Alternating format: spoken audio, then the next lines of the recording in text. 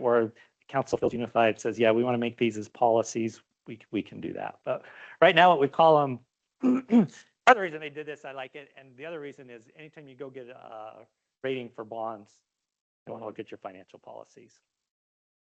So I kind of copied what read some other cities, what they had, read GFOA, government finance officers, they have some guidelines and put these together. But I think it's good that you know what they are because they go in our budget every year. We had kind of adopt them as part of our budget. But I also don't want to think it's like this isn't like city code or anything. This is when putting the budget together, we want to keep these things in mind. And these are the 7 categories, and we'll just look at these. I don't think this will take too long. Budgeting. So some of them are pretty obvious. We want to have balanced budgets, right? We have whatever we budget in revenues is what we can budget in expenditures. Now, that being said, realize that if we have surplus from a previous year and we want to budget that as a capital project in the next year, your budget is still balanced. Like using reserves is okay to balance your budget. It's not a good idea maybe necessarily for your general fund. So a city I work for that I'll remain nameless, we sold a piece of property for $1 million and used that in our general fund as a revenue to pay for ongoing things. What's the problem with that? What do I do next year? I can't, if I hired people with that money, I can't, and I guess I can. Am I going to lay them off? Or I have to have money. It's like I start that $1 million in the hole, if that makes sense. But if you think about it, most of our capital projects funds are going to budget a deficit. They're going to, because we're saying we collected money this year, we're going to use it the next year. And so our revenue source is savings. And that makes sense with capital projects. Conservative estimates, I've always tried to do conservative estimates. And by that, I just mean when I look at what I think we're going to get in revenues, I don't necessarily try to stretch it. Now, every year you get into this budget thing and you're looking at trying to make things balance. And so sometimes, okay, I'm going to budget $22 million in sales tax revenues. And so then you get into things and it's like, could I budget $22,200,000 and still be reasonable? There's not an exact formula that we need to follow. There's a little bit of art to this. But by being conservative, that gives you a little margin for error. You don't really know what's going to happen, especially with sales taxes during the year. You could have certain downturns or certain things happen. And if you've not been conservative, it can get you into trouble faster. Same with expenditures. We assume that our positions are going to be filled all year long. No, there's probably going to be times when they're not filled. Of course, you have the opposite too. You have somebody who retires that's been here for 20 years and you have a vacation payout. That's money you weren't necessarily planning. Usually they kind of balance out. So now by nature, having conservative estimates is going to lead to a little bit of a surplus at the end of the year, usually. One-time funds, I talked about being careful with one-time funds. Quarterly reports, I have one today. Maybe we won't get to this till next week, or maybe we'll get to it at a council. But there's a quarterly report I've been preparing that I get to the elected officials every quarter. I never really know what to put in there. I try to put it in a somewhat format that is like our financial statements, but I don't want it to be 140 pages either. So look at that. And if you have input on things that would like something different. Part of me, I'm trying to think of what I would like to see if I was in your seat, and I don't always know. So, but we'll look at some examples of that. And I'll show you this when we get to it. But the first quarter report is always not that useful because a lot of things haven't happened. There's a lot of expenditures that haven't happened.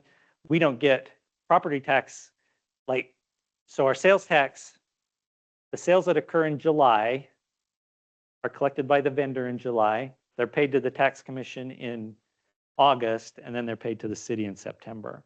So when I give you a report as of September 30th, I don't have hardly any property tax because it's all paid in December. And I've only got 1 month of sales tax. And so you look at it and there's just not a lot of good data there. So I always, on the first one, I don't know. I don't want to say it's not that useful, but sometimes it feels not that useful. I have a suggestion. Yeah. So like just coming from the private sector, I would love to see the quarterly report compared to like previous years. I think that would be helpful, just like with the revenue to see like kind of where it compared like comparatively. Yeah. And it doesn't have to go back very far, but maybe two years. No, I think that's a good suggestion. Taxes, property taxes. So one of our guidelines is just that we will consider property tax rate adjustments every 2 years with the intent that maybe we would recover economic costs to do.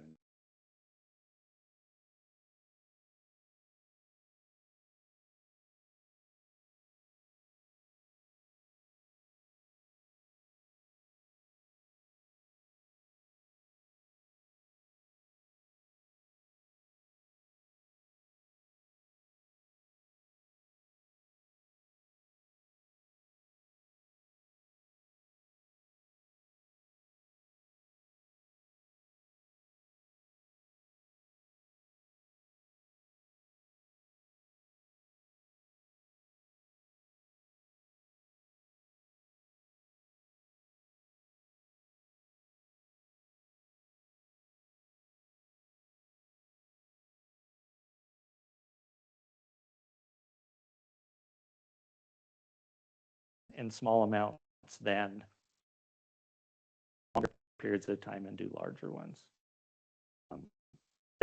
This is the cycle that I think cities get into is we're not going to do it, we're not going to do it, we're not going to do it until you get back into a corner. I'll use an example of Utah County that they hadn't done it in many, many years.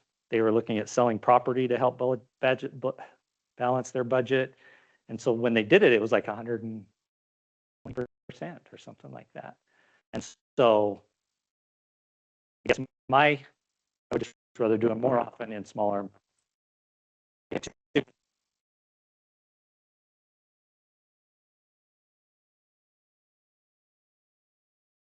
For 15 years. Property tax. I got some information a little bit later, and we'll talk about taxation and I'll also bring that up. Debt. So this is our policies related to debt. One, we talk about intergenerational fairness. So that's a long term that you see in academic literature, but really what that means is the people paying the tax should be the ones receiving the benefit. And the example I would use on that is, okay, let's say we want to build anything. So we want to build a park, and it's going to cost $10 million. So we could say, well, let's start charging. We're going to implement a little property tax or a little fee or however we're going to do it.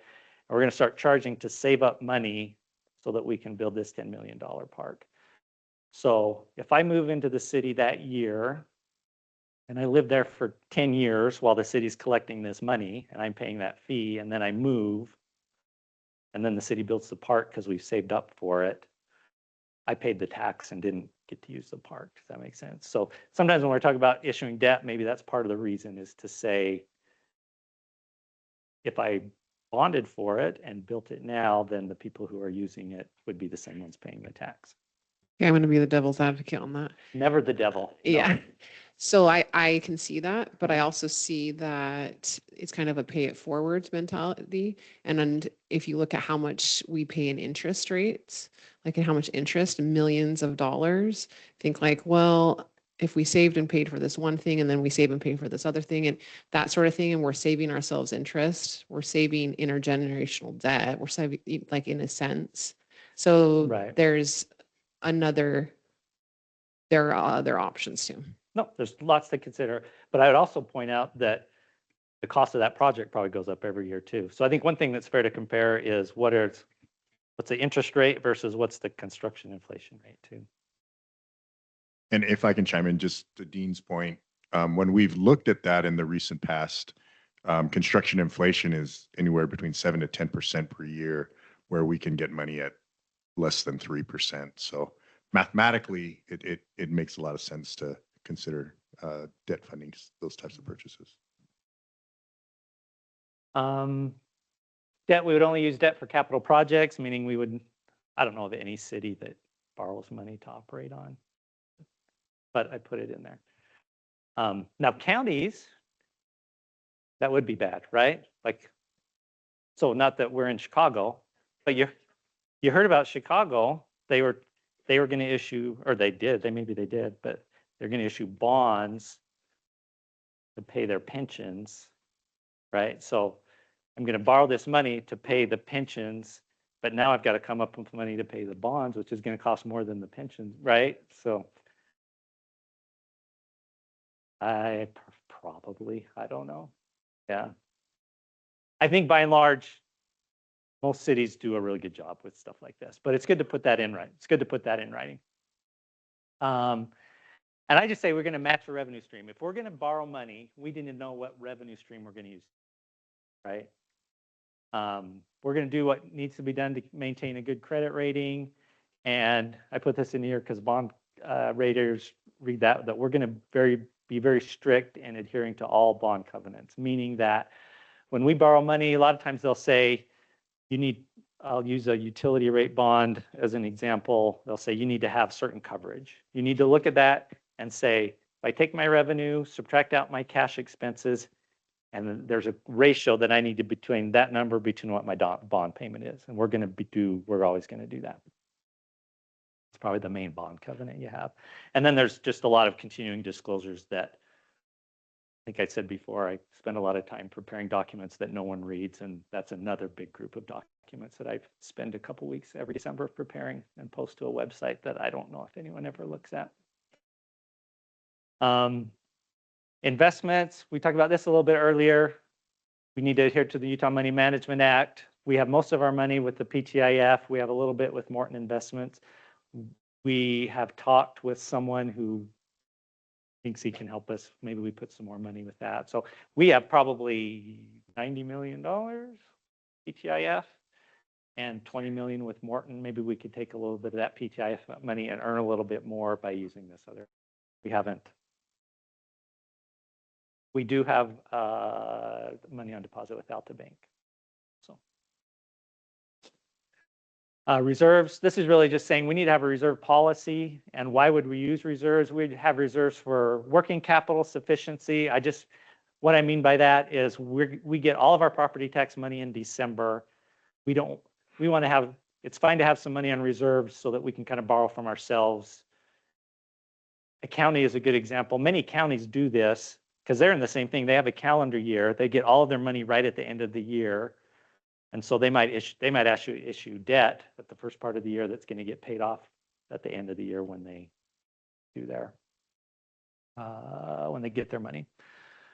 We would use it for emergency use, things like revenue shortfall. I mean, if we had our general fund policy, what we looked at is said if we had a recession like we had in 2009, like a 3-year recession, how much should we have on hand that we could weather that storm? Reserves in general fund are 35% by state law. Utilities, there isn't a state law, but like I said, we'd use that 180 days. We have some of our funds over 180 days though. There's not really a state law, but we want to look at reserves in utilities. Capital expenditures. Oh, yeah, the utility rates and the impact fees, I would include in that, would cover the full cost of that service, including asset replacement. So our long-term capital plans, a lot of those are tied up in our impact fee studies. Anytime you do an impact fee study, you do an impact fee facilities plan that goes out 10 years.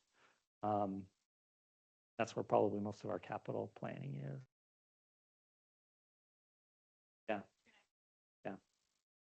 And I have a slide in here on impact fees. I don't know if we'll even get to it today, but we have, I think, 9 impact fees. These studies are harder than they should be, harder than they seem. It takes a lot of people smarter than me to get together and do them. But we would be wise to refresh those maybe. But I would like to maybe see us get to the point where we're maybe doing 3. So every 3 years they're being. One is you lose. They talked about this the other night, the inflation part that you lose if you're not updating. The other part is the state auditor's office has gotten really looking at these closely to say, hey, are the projects that are in your plan, or that's what you're using for? And if we're not updating those projects regularly, we can get ourselves into trouble that way. Dean, it seems like too, if we go through it, we can then put into it that every 2 years, we're just gonna raise it based on inflation for each of these. Can we? You know, I think, I'm trying to remember, because it seems like, I know when they came the other night, they talked about doing an update every couple of years. And I should say, it's, what I'll see them do sometimes is we'll do a full one, and then maybe in 2 or 3 years, we do just a brush up to it, if that makes sense. To just update price, update cost. So we're not going through the whole study, the whole method of how we calculated everything, looking at traffic counts again, but we're just kind of updating the project. Yeah, yeah. They would say that that would work. So you don't have to go through the whole study. You just I have like to it, show yeah. that it's changed based on inflation. And then everything gets updated every 2 years. And then maybe do like bigger studies every 10 years or Yeah, something. something, yeah, Yeah. yeah. Keeping those current is important.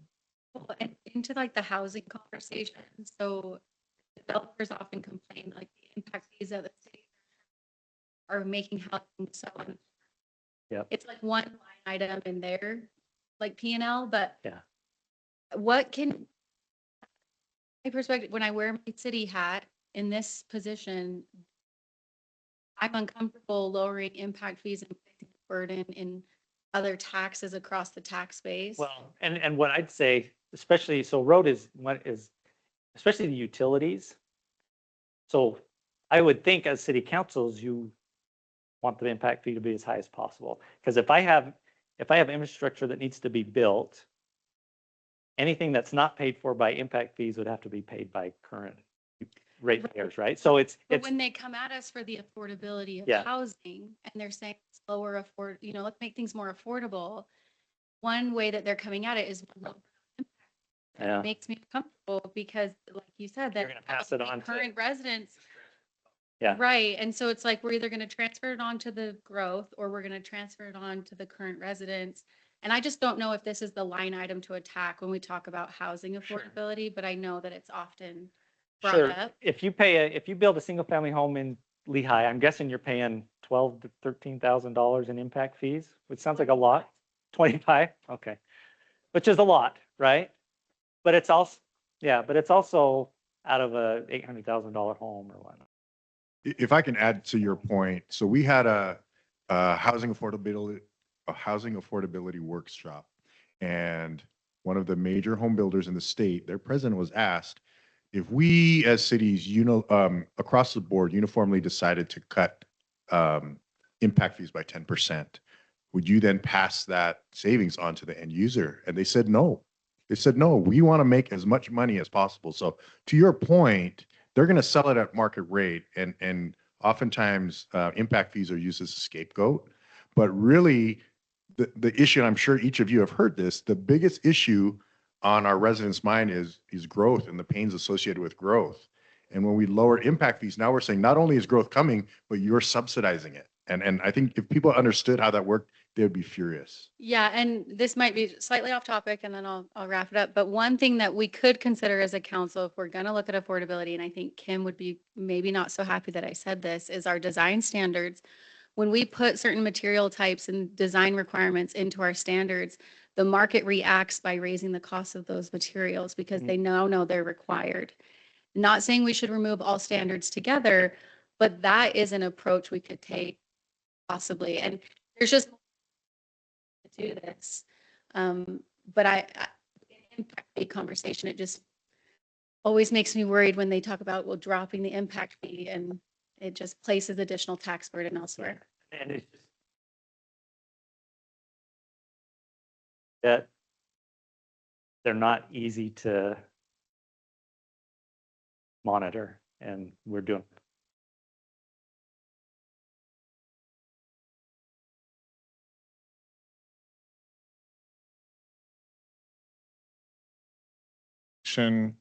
aspect, the infrastructure, and that's what we can't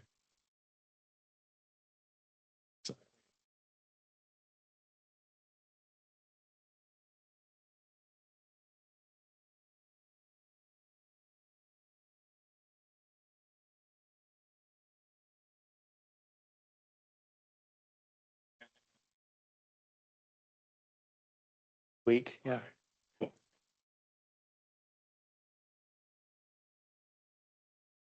Dean, Uh, yeah, I'm sorry. you're great. Can we go back a slide, I think? This one? Yeah, so the utility one. Yeah, This one or the Yeah. next? Sorry, this one. Done. Okay. right there. Utility rates cover full cost including. Yeah. That, the question I've had is the new power generating plants that we're building, bonding against, it will be through the rates, Uh-huh. rate payment. But are those new facilities required for the new growth, or they, I mean, there's probably both, Yeah, some of when both. they did but- the last power, remember we did a power impact fee study update not too long ago. And they didn't, so in her calculations, she took what the cost of that generation and she allocated some to new growth and some to Okay, existing users. okay, thank you. See, last one, financial planning. This is something I'm working on and I'm not quite there yet, but just especially with our utility funds, we do 5-year projections and we look at that. With our general fund, I'd like to do a little more with that. This is one where we talked about multi-year financial planning, capital planning. We do some, see more related to the impact fees than others, but something to show that we're not just looking at this year, we're looking at future years. Okay, so I have one more. Do you want a break? We're good? Okay. I will be done by 4:30.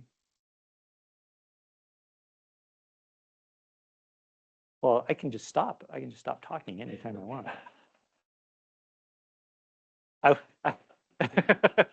I won't be done. I will quit at 4:30.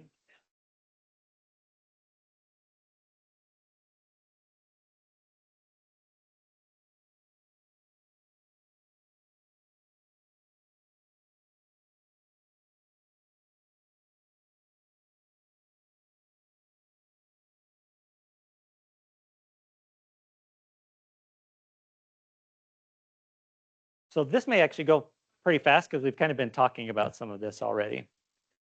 So I put this together a few years ago and many of you seen it before. And so I apologize for that, but I think it's just the best way that I've come up with to just explain this process.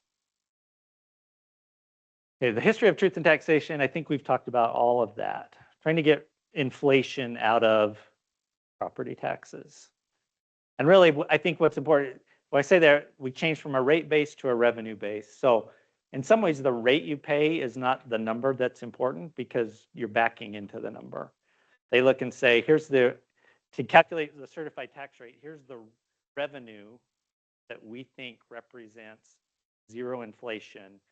And then they calculate the taxable value and then just back into the rate. That makes sense. So certified tax rate, I think we've talked about that. Excludes. So the goal is excluding growth that the taxing entity would receive the same revenue as the previous year. And any tax increase, that any new money for inflation would have to go through the truth and taxation process. Yes.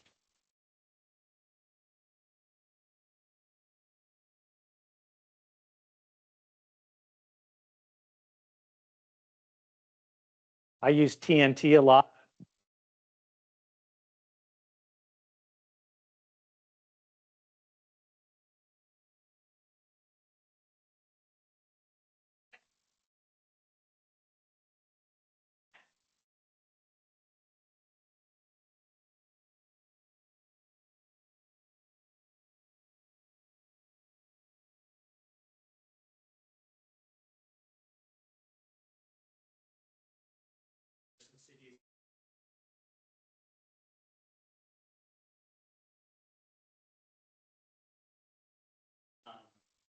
I think that's important. The law doesn't.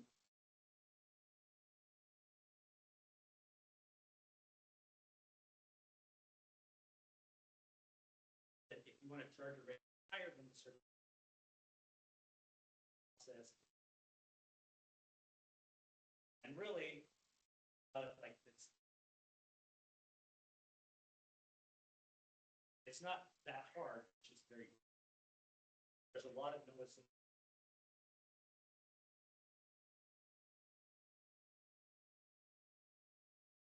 Like, a lot of steps in place.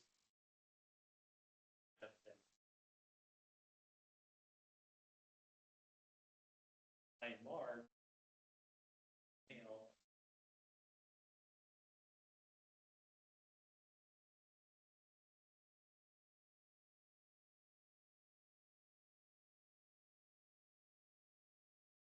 last year they requirements didn't do it last year, so I'm not. Paper there are several.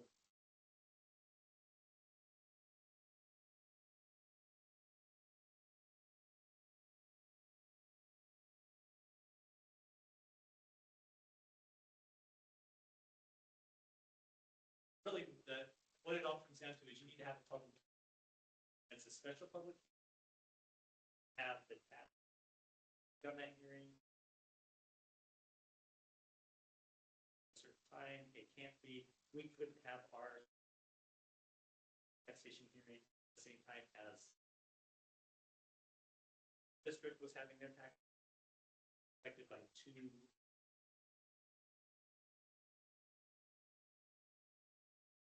So since it's kind of in place to raise property taxes every 2 years and it was 2022 and 2024, is that scheduled for this year? Basically based, is that, Yeah, we discussed it. okay, that's for discussion. Okay. Can I ask the council members that were, just, what was that like when you, was it seem more complicated, like from the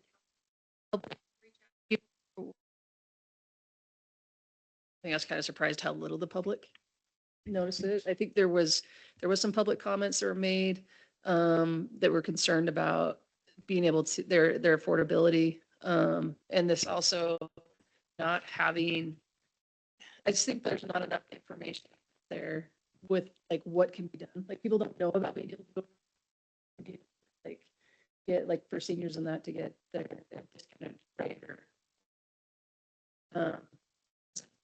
I think possibly because it was such a minor increase. I think it was like dollars a year in 2022, and I think similar in 2024. Yeah, something like 12 and maybe like 14. So it was pretty small, but it seems like the school district ones got a lot more because it was a more significant one. And I know with the school district one, a lot of the complaints I have too is that it doesn't show the debt dropping off. And so they were doing a lot of trying to educate of like, yes, we're doing this incremental cost, but it's not showing the debt. So what you're seeing on your sheet is not actually what you're going to pay. So it'd be better if there's more detailed information about what it actually the end result. But multiple times, and sometimes there wasn't anybody there for the whole process. Sure. It's never a bad thing to hear from the public and for them to express their views. So as far as that goes, I don't think it was a problem at all. But for me personally, I would have liked to look at the budget deeper and I think it was my first.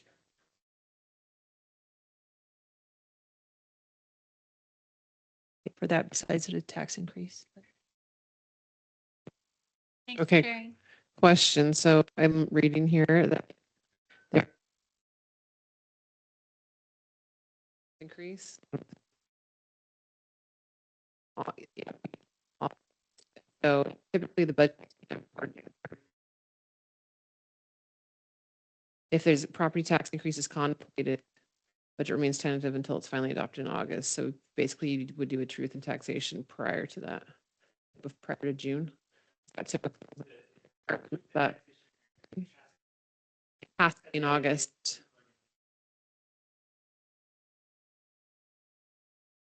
They get a hearing after they get their tax notices of it increasing. Okay.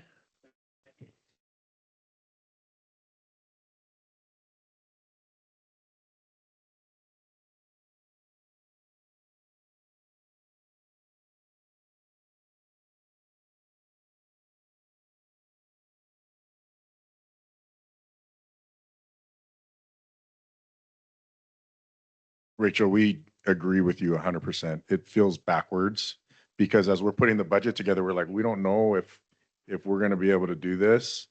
And I think the way we've worked around it is we kind of put almost two budgets together. If the tax increase doesn't go through, and then if it does. So, but yeah, your point. I think there's a bill on that too.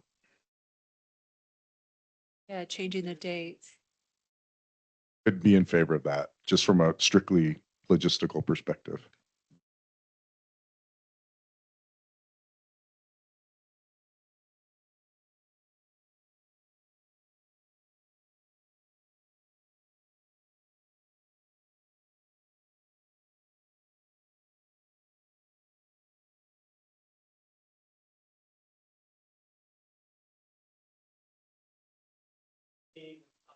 $1,000 resident, what they,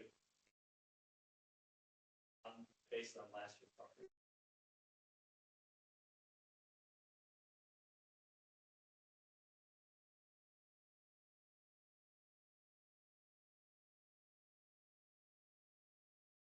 So the way the calendar works, I guess we'll just talk about that. In March, I need to notify the county if we're considering it. Because if we don't notify them in March, we can't do it later. So it's kind of like you need to notify them in March, and then if you go ahead. April, we've adopted tentative budget. May we adopt our budget. This is always a challenge. We actually don't get our valuations. So like you have to have all of your budget basically done before you. And there's not a way, I don't know of a way around. Like the county, if you think about it from the county perspective, they're supposed to assess the valuation of every property as of January 1st. Yeah. So we don't get, also comes down to is we don't get numbers until about the second week in June. How is any of that accurate when like just Lehi alone is like $13 billion worth of Yeah. assessable value? So I'm not an assessor or a statistician, but I think they get a lot of factoring. It's just, I think it's really hard work and Yeah. almost impossible. Yeah. But the state law says it's the value of that property. They have to get a value for every person's property. But back in the old days, they used to just do like a fifth of them. And so what happened one year was, this was up in or Davis County. It just, so if you think about it, if properties are kind of going up gradually, it's probably fine. But what if one year it's really high? And all of a sudden your values went up a lot. And so certain parts where their values overall went up high, but it was only theirs that got assessed. Tax increases, and so people saw. So I think by state law, we reassess everything. You just don't even know how that's possible. So Dean, the June, when you receive the tax valuation, is that when you know how much the certified tax rate, I mean, the revenue, right? Plus new growth from Yeah. last year? That's after we pass the budget usually.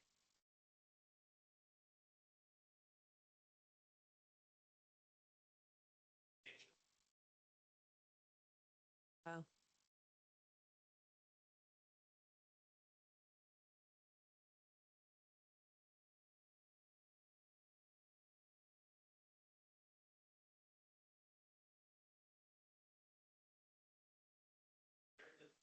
Tax increase we do it.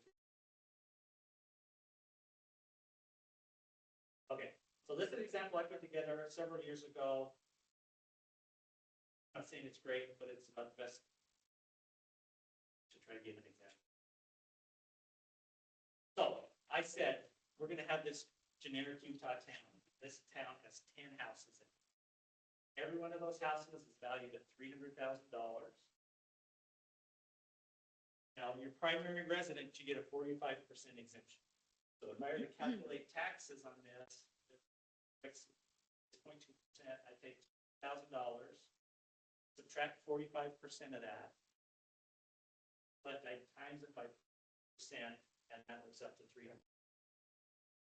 Every one of these 10 homes is 330. A town. 8 of them are secondary residences. You cannot put a sewer system. Okay, so the first year, we have the 10 homes, they each pay 300. City gets 3,300. So let's go to year 2. Still have our 10 homes. Now, every property up by 10%. Now they're all valued at $300. The state would come in and say, okay, your certified tax rate now going down. So year 2 comes in. Now every property owner still pays $330, assuming that the taxing entity accepted the certified tax. Property owner pays $330. Tax receipts are $3,000. This is why we like sales tax. And sales tax doesn't have a truth in taxation.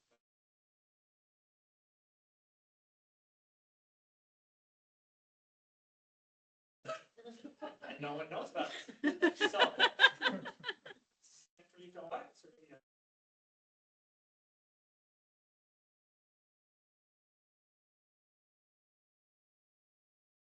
Okay, let's go to the next year. Now we've built 2 more homes. Now we have 12. Cedar Fort. That's right. We built 2 homes. Now we have 12. The value didn't change. Since the value didn't change, the certified tax rate. So now every property still pays $330, but the city gets $660 more. That's where you get. Okay, let's go to year 4. In this town, we still have 12 homes. That half of the city, the homes went up 10%. That half of the city, the homes went down 10%. So now we have 6 homes valued at $300,000, and I have 6 valued at $297,000. Overall valuation as a city didn't change, right? Because half of them went up and half of them went down. So the certified tax rate doesn't change. Still 181. But what happens? 6 of those homeowners, taxes are going to go up. 6 of them there. So it doesn't hold the homeowner, right? It just says the taxing entity determines what the taxing entity is, not related to individuals. And so this is a very simple example, but if I looked at this and said, okay, now this is Aspen Peak School District, and Lehi values went up, and Highland values went up, the same thing would happen. Or I could say commercial values went up, residential values didn't go up as much. Now profits would shift. Commercial pays the full 100. They do. So already it's Already tilted it makes against.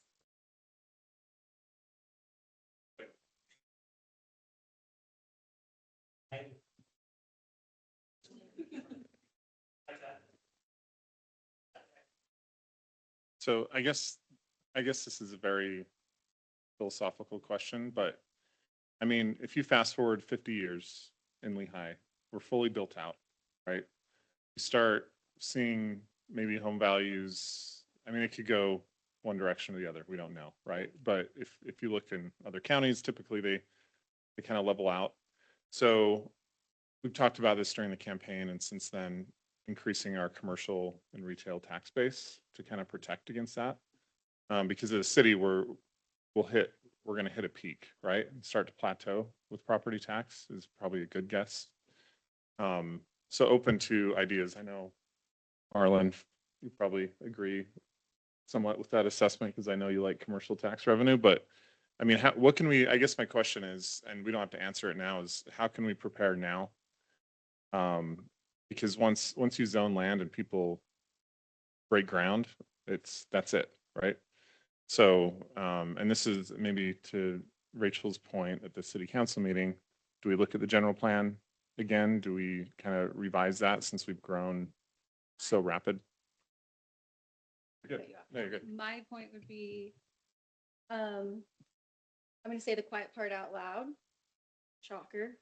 But this is why we pursue RDAs, to bring all that in.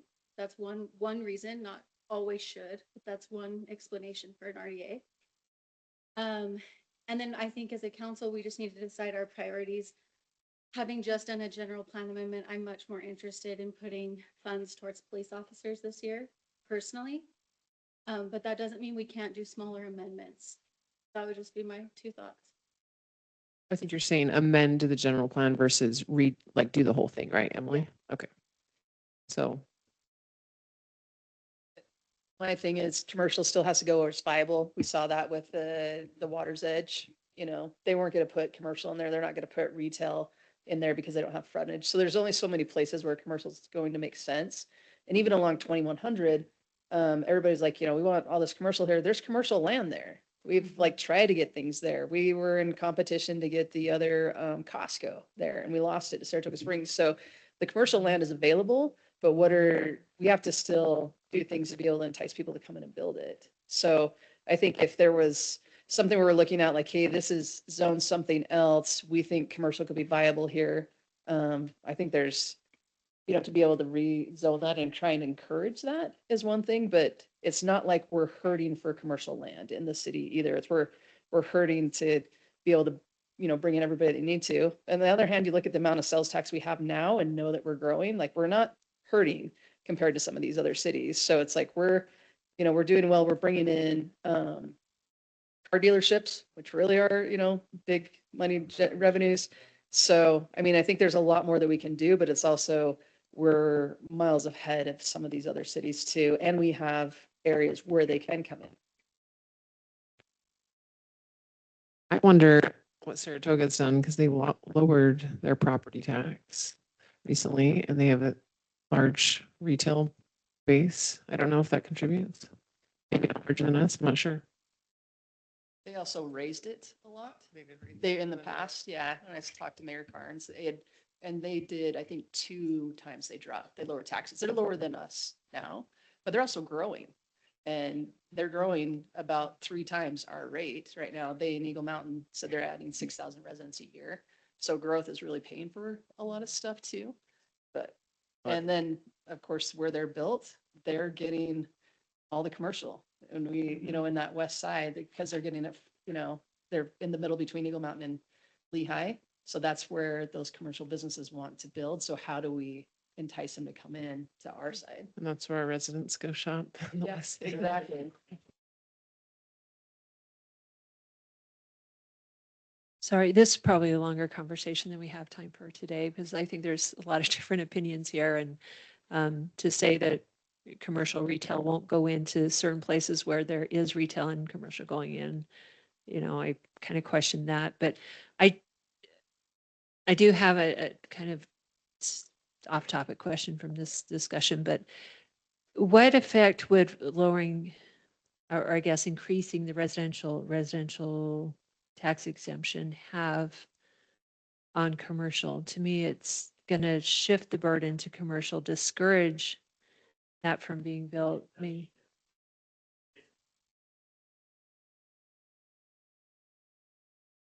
yeah. Revenue would stay. It would impact commercial disproportionately to residential. And yeah. But to me, and I think going along with what James said, it's going to have this long-term effect that, I mean, I'm already hearing that it's very difficult to pay for, you know, businesses who want to come in, that the rent and lease is really high. So I think if we do that shift, it's going to make it even harder and discourage economic growth, which, you know, some of us would like to see more of that, you know, to help the residents. So am I off track here? To me, so they're trying to fix a problem. They're going to create another problem that's going to, you know, make the original problem worse. Is that too far off track or? if I could speculate, Michelle, because I agree with you, I don't know if it would so much impact the retailers because it would be statewide. So whether they land in American Fork or Saratoga or Lehi, they're still going to have to deal with that same tax distribution. Where I think it would really impact though is when you have these big companies considering Utah versus Nevada versus Washington, right? Now they're increasing the tax rate across the whole state. So and to me, that's a bigger kick in the gut, you know, what if you lose out on huge companies with jobs and yes. Well, I already know that you're right.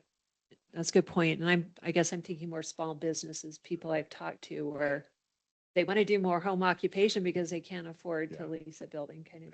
And I would agree with that too.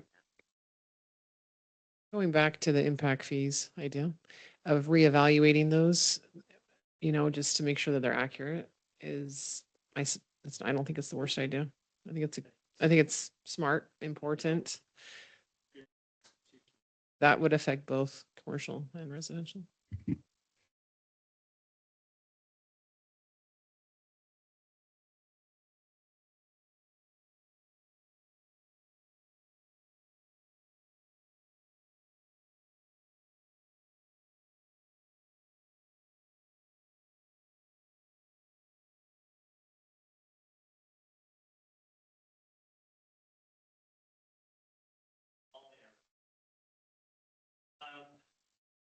Now, I thought I just mentioned this, so you may have noticed, I guess in the past 5 years, it's next to the problem. Say, well, if all this is true, I mean, other than the first one is, especially in 22, so COVID hits, commercial values go down. These didn't go up. Residential properties went up a lot. That year it was like, and that year you could go look and there was absolutely a shift from. You could go look up this public data, but you could go look up any of these options. And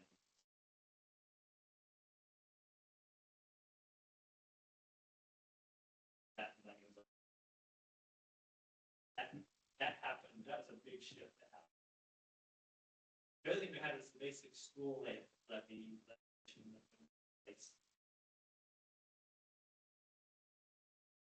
Where basic school levy, if I say something wrong, anybody correct me. I don't think I'm an expert on, but look at a school property tax rate. It's really like 4 or 5, not just one. Rate that they charge for their operations is capital levy. Debt service levy, if you know.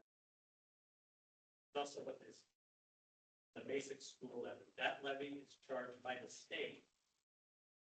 It's controlled by the state. It goes through the school district, which is part of their rate. But that's the primary funding of the so that money is charged as a school district tax. The school district doesn't necessarily get it directly. Distributed all school districts based on the number of students. So in a way to get more money into schools, the state locked that basic school levy instead of full. So regardless of whatever happened through taxation, it wouldn't. And it just so happened there was a lot of appreciation in this year. So a lot of our recent property. You also have things like valuation appeals. That comes up if a lot of people valuation and when if their property values go down, it can get shifted. I put judgment levies in there. We don't really see that here. See some cities with that where you have centrally assessed properties. They get a judgment where they pay these property taxes. Actually, we don't have any of this, so I'm not sure. But you can actually go through the taxation tree. Do you happen to know with the school when they froze the basic levy, that was for a certain number of years, right? Is it sunset? Okay.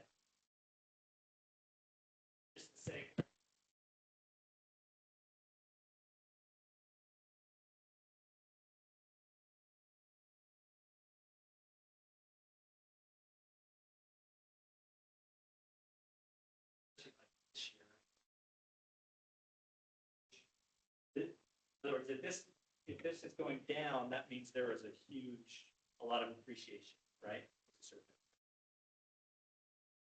And so, but the basic school levy, I think it was calculation was probably more complicated than I'm giving it, but it was locked. I think it could go over 6, so it stayed right. And then I put this in here. This isn't exactly what I was talking about on the commercial residential shift, but it kind of shows like in 2018, 52% of our taxable valuation was commercial. And so now it could shift back. You get a big surge in commercial value. There's a lot of demand for it.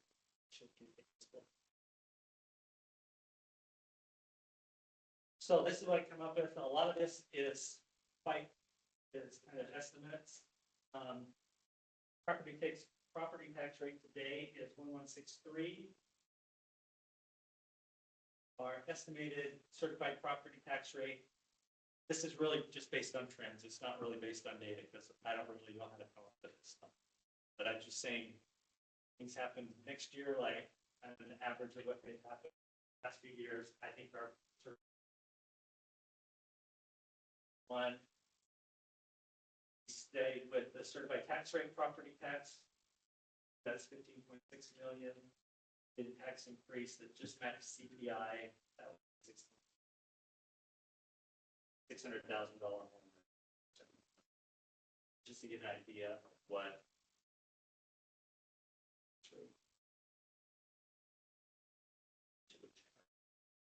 So that would generate $1.71 rate would generate less than 9.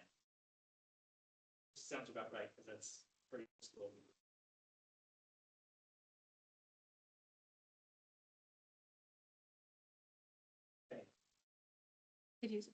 Let's have a break. Hey, James.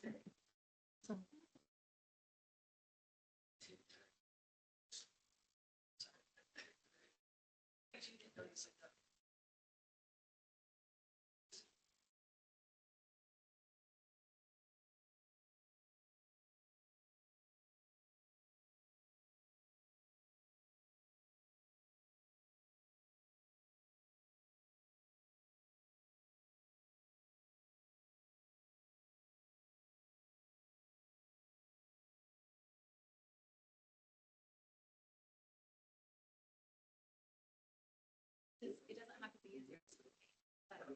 Take that. No, that's a good. A small and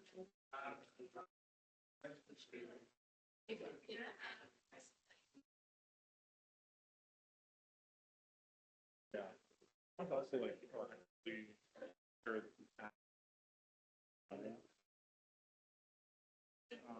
that we kind of look at it holistically, because I mean, you look at homework.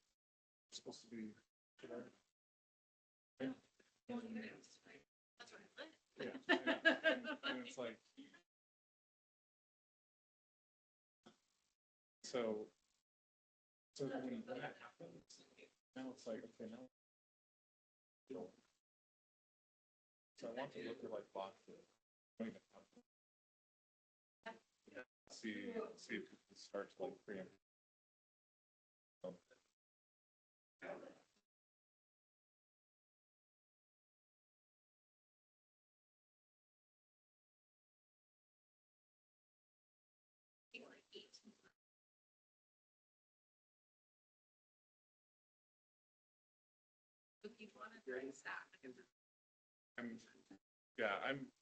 It's more about the principle than they're like. But Yeah, and then just so you're clear, I don't support it. Like, That's not what I was saying. that's good. But that's, No, I get but I that's get the why, concept. that's why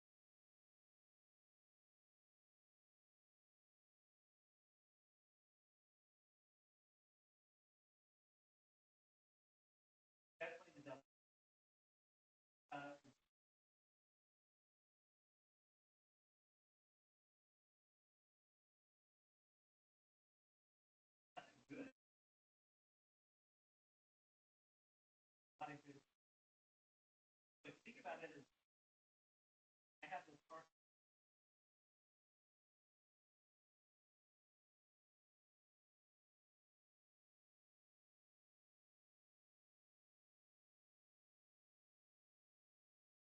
That was the one.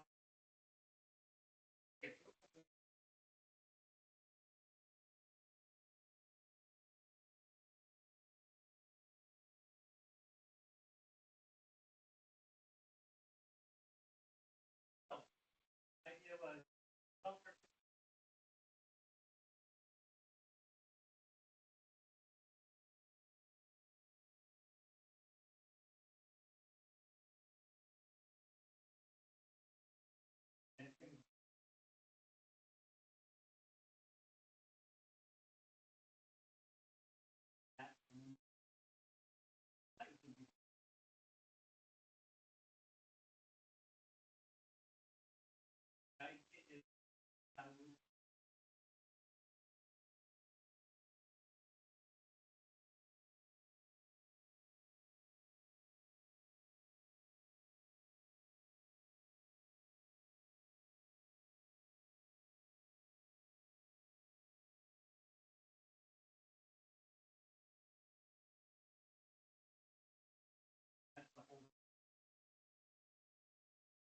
now we've got a lot of different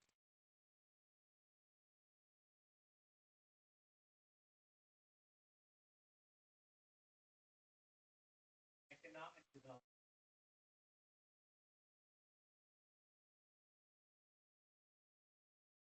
Different. It's all the same.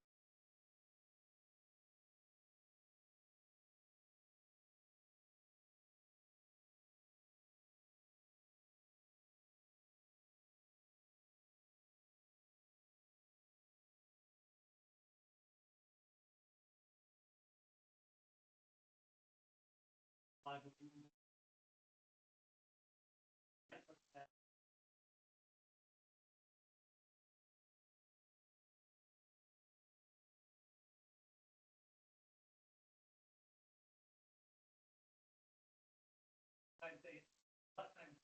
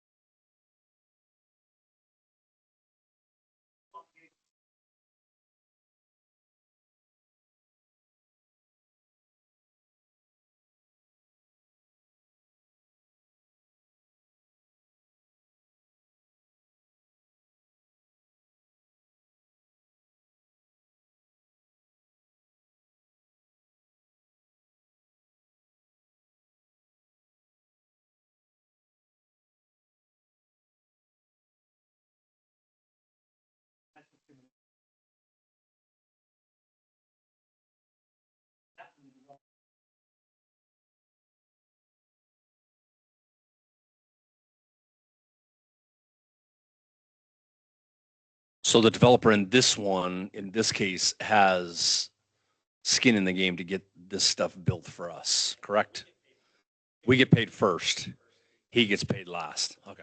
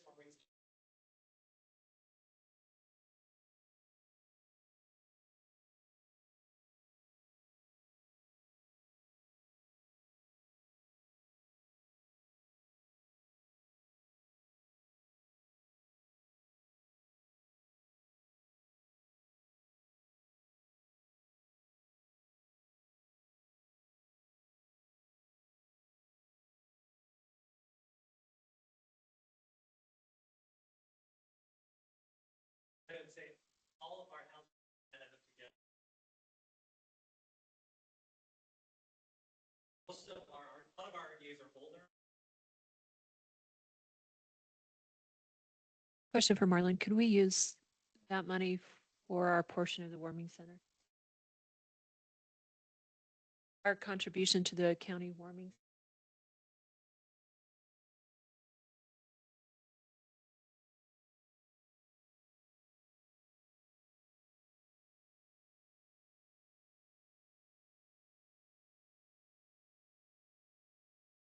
So stop, because we can have you finish up next week and whatever you didn't get to today. Okay.